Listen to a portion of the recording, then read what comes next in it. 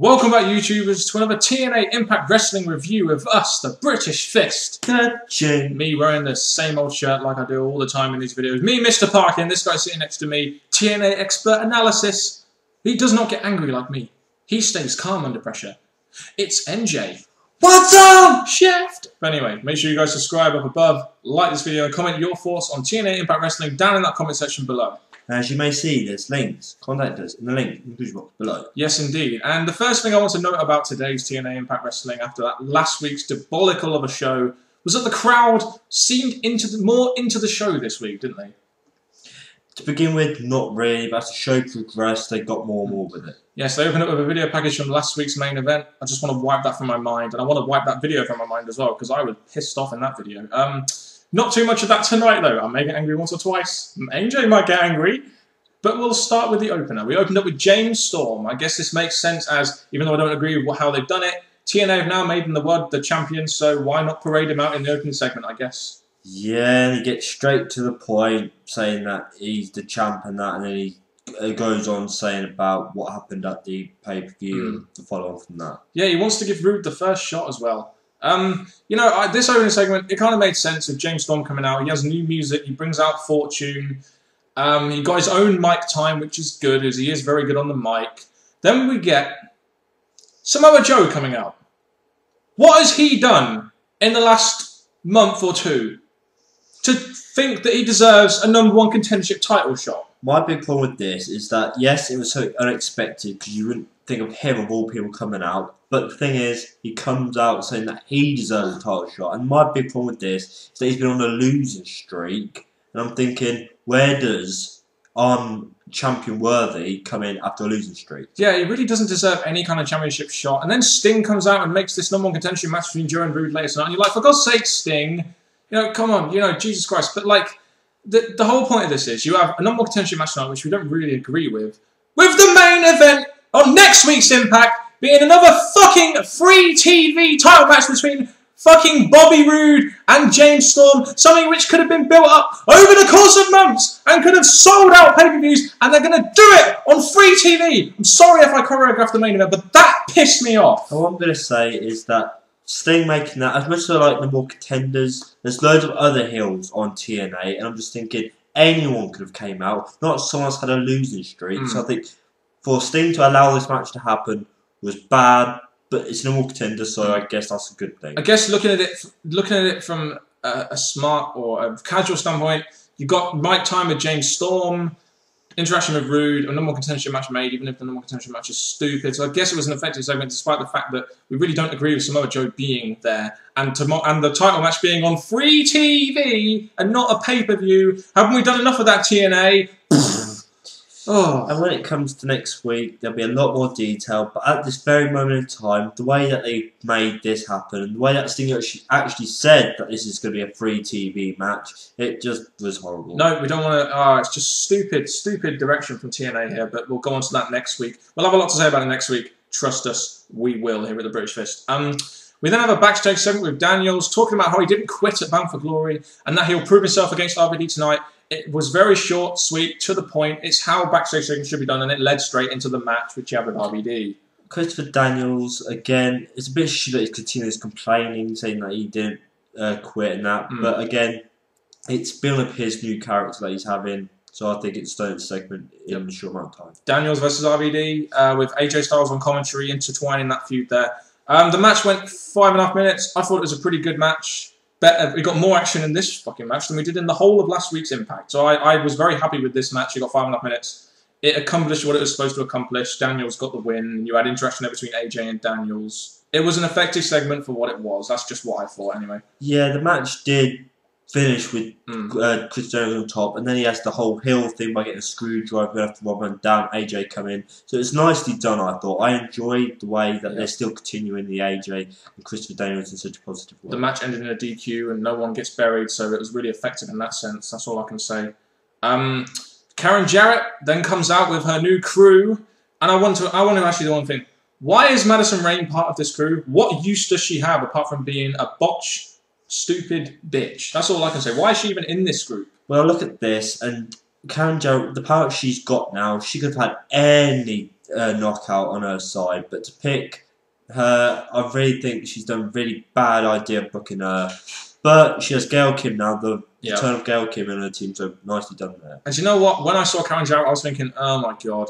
But Gail Kim takes the mic. She talks about giving Velvet Sky a concussion, you know, and she got a majority of the mic time, which was good. Jarrett got very little mic time, and the one bit of mic time she did get, she announced that there was going to be a match at Turning Point between Gail Kim and Velvet Sky. The first match announced on the pay-per-view is the knockout title match. At least the match was announced. Jarrett didn't get too much mic time. I was happy with that. Well, two things I want to say about this. Gail Kim goes on saying that she's not doing it for the money, because obviously it's about the fans doing all that. And she goes on saying it's about her, about what she can do for the company. So I like that. Karen Jarrett announcing the title match at the pay-per-view. It was okay, but again, no more Contender. She just returned. Joined TNA, she's got it. So I thought, well, Karen Jarrett having the power, she can do that. But so still, it's still stupid, but I guess I can kind of make sense from it from a general standpoint. We then had a match between Gail Kim and Tara. This, you know, it was a match to get Gail Kim started in TNA. She was pretty dominant throughout the match. It lasted 4 minutes. It did its job to introduce her looking strong going into the pay-per-view. That's all I'll say about this match. I look at this and I think Gail Kim, the way she left WWE, she had not much going on for her here. TNA have actually produced her as a good knockout for TNA, a good time on mic, and a good match. So she can carry Velvet Sky at Turning Point. That's all I can say. We then had Jeff Hardy in a backstage segment hyping up his match for Bully Ray tonight. Again, it was short, sweet, to the point. That was what was good about it. I think TNA did a better job with their backstage segments tonight, apart from one. But that's all I'll say about this. Yeah, Jeff Hardy. It was okay to hear him from the turn. After all the bad things he's done, it's actually good that he's actually getting some positive in TNA now. Yeah. And then we had, oh god, good start to TNA, I thought. But then we had Eric Young versus Robbie E. The TV title match.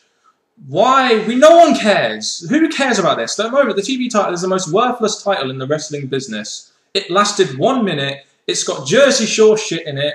We're introducing another Jersey Shore character. I just could not care one bit about this fucking segment because it's Eric Young versus Robbie E for a worthless title with Rob fucking Terry as the fucking bouncer guy. I just couldn't give a shit. If you heard our reviews a couple of weeks back, my problem with TNA, basically, one of the big things was Eric Young. He's not a draw. He's not that entertaining. I found him really boring. The fact that he had a match on live TV, yes, it's getting to do something different than promos, but I did not like it. A 1 minute match did nothing. And when I look at Rob Terry, I think they could have done a whole lot better with him. But Rob Terry sucks. You weren't watching it back when he was wrestling. No, but again, a big guy like that, he's been put to a waste. Yeah, I just wonder, can they not use TV time better?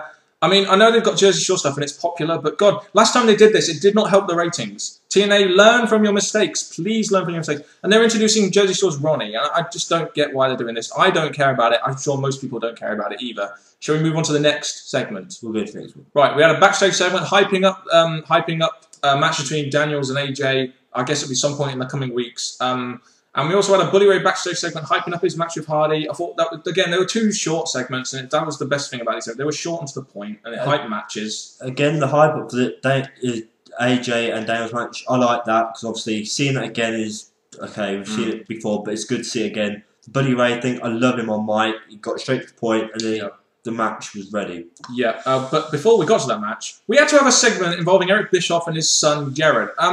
We had a long video package hyping up this segment, you know, and I wonder, TNA, why are you wasting time between Bischoff and his son when quite clearly you have more important things to be putting on your show, like, say, the tag team titles, the X Division title, and, you know, this whole segment I was just like, why should I care for a feud between an ex-referee and Eric Bischoff? And the worst thing about it, this wasn't the only fucking segment we got.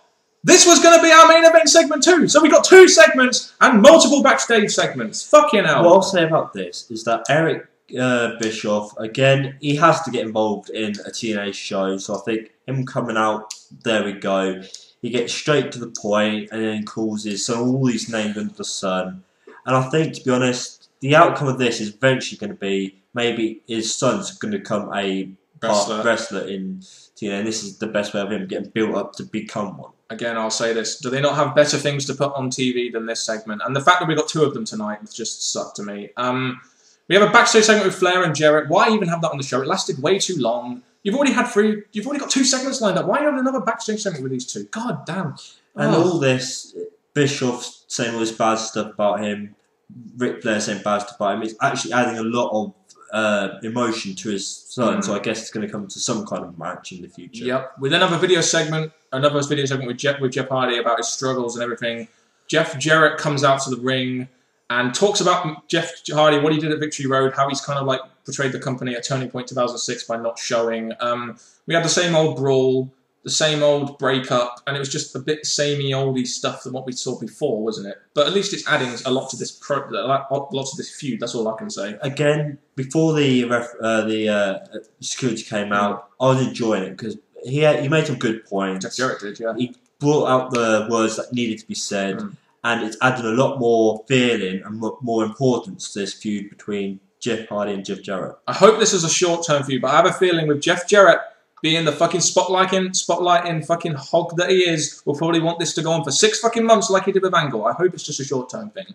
The match. Jeff Hardy versus Bully Ray. What better guy to have against Jeff Hardy than one of the biggest heels that TNA have got, really. The match was good. I enjoyed it. I thought the match was pretty decent. They both point out each other's history and that Bully Ray never respected him. Yep. And it actually comes to this match, and they do work well. It showed there weren't many mistakes in the match. It was all nicely done. And you have Bully Ray looking strong throughout the match, and Hardy getting his return bits during the match. Yeah, this match made sense as Bully Ray is affiliated with Immortal, which Jeff Jarrett is affiliated with. It allowed Hardy to make a strong return to wrestling against someone like a Bully Ray. The important the match was good, but the important thing happens after the match, when we have Jeff Hardy having an interview at the side of the ring, and Jeff Jarrett comes out to attack him, developing their feud a little bit more. We have Bully Ray and Jeff Jarrett attacking Jeff Hardy until who comes out to save the day? Mr. Anderson!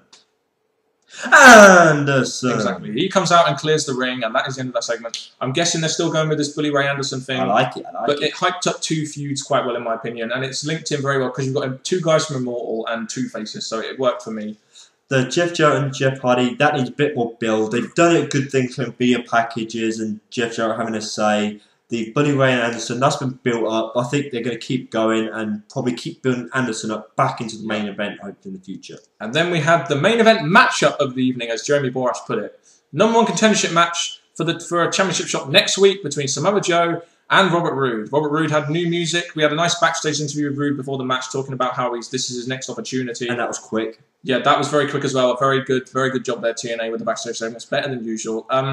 The match itself was quite good. I have but the thing is, though, the amount of time it got given, never really got a chance to be a very good match. That was my only problem with it. But overall, I thought it was a decent match. The only trouble is, again, throughout this match, I was thinking, God, Samoa Joe does not deserve this. No, that's the thing. First thing that came to mind when he came down, I just thought, okay, it could be a good match, but Samoa Joe doesn't deserve it. But the thing I noticed, it went on. Yeah, they both had their force on each other, both really strong. It was just the ending, just one quick move, and down went Samoa Joe. I believe that is his finisher, though, the Fisherman's Suplex. Still, Fisherman's Suplex. I don't know, but basically, after the match, Storm comes out and stares down Roode, and, I just don't understand why TNA want to do something, what they could do in a couple of months, and really hype up some real interest in their company, and why they want to do it all in 2 or 3 weeks, and put the title matches with them two, which can draw major pay-per-view buys, on free fucking TV. I just don't understand their logic here.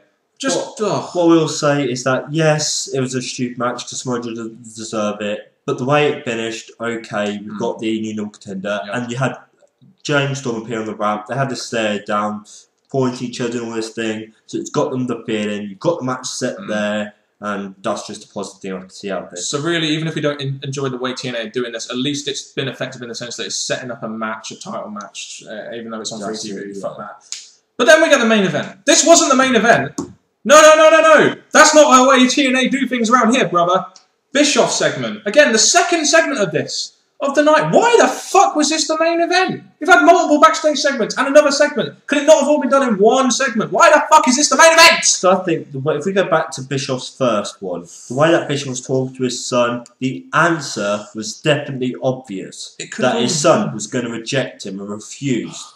So I thought it could have been done back then. Yes. Because you had basically Bischoff talking trash, talking horribly to his son, and no one would really take that kind of talk. No. So you could have had him answer it there and then and finished it. You know, I don't know why TNA ended the show with this. I mean, what is really going to come of this? What is more effective, having that match as the main event segment or this? And that could have been done, like you said, in that segment they had before, very easily, in my opinion. Why did they have to do this twice? Because it's TNA, I guess, and Vince Russo, Bischoff, and Hogan are still backstage booking this crap. So I guess, yeah, there you go. Because I do look at the main event, the actual match, and I think that had a good follow-on. The way they just stared at each other, perfect. Copyright. And that is TNA's biggest title, isn't it? That match right there. But, you know, the segment itself, Garrett basically refuses to apologise and Flair beats on him. It was just like, what? We didn't really give a shit. We just tuned out, didn't we, really? We did. And, again, TNA overall thoughts?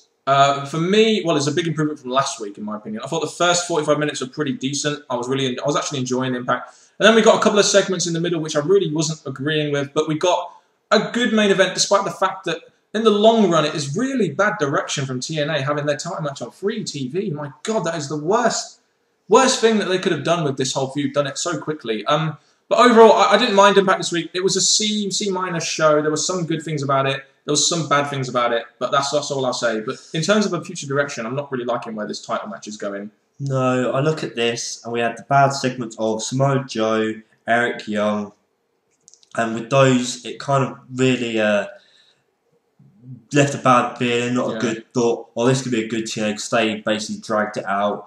But overall, I'm going to give it a C-. Okay, then. You've heard the thoughts from the British Fist members, Mr. Parkin, and this guy sitting next to me, NJ. What's up? As he does his signature maneuver. Get your comments on TNA Impact Wrestling down in that comment section below, and make sure to stay tuned tomorrow for our SmackDown review. Thank you very much for watching.